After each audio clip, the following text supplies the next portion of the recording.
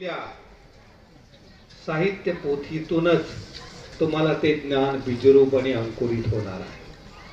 आणि म्हणून जेव्हा ती पोथी त्यांच्याकडे गेली, उठून गुरुकडून आलेला प्रसाद, निमित्ताकडून आलेला प्रसाद अंतःकरणात त्यांनी सावधानतेने सजगतेने घेतला.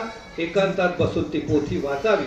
आणि जशी जशी निर्वचन प्रमेयाची पोथी त्यांनी वाचली तशी तशी त्यांची ऊर्जा नष्ट झाली. याला म्हणतात प्रतीती पंथ, याला म्हणतात अनुभव पंथ.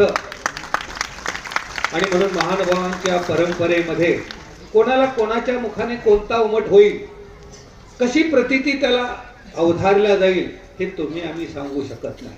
आणि म्हणून या ज्ञान परंपरेमध्ये आम्ही या अशा प्रकारच्या निरूपणातून आपलाही उद्धार करतो आणि समाजाचाही उद्धार करतो. त्या चिंतनातून, त्या मंथनातून जे नवनीत बाहेर निघतं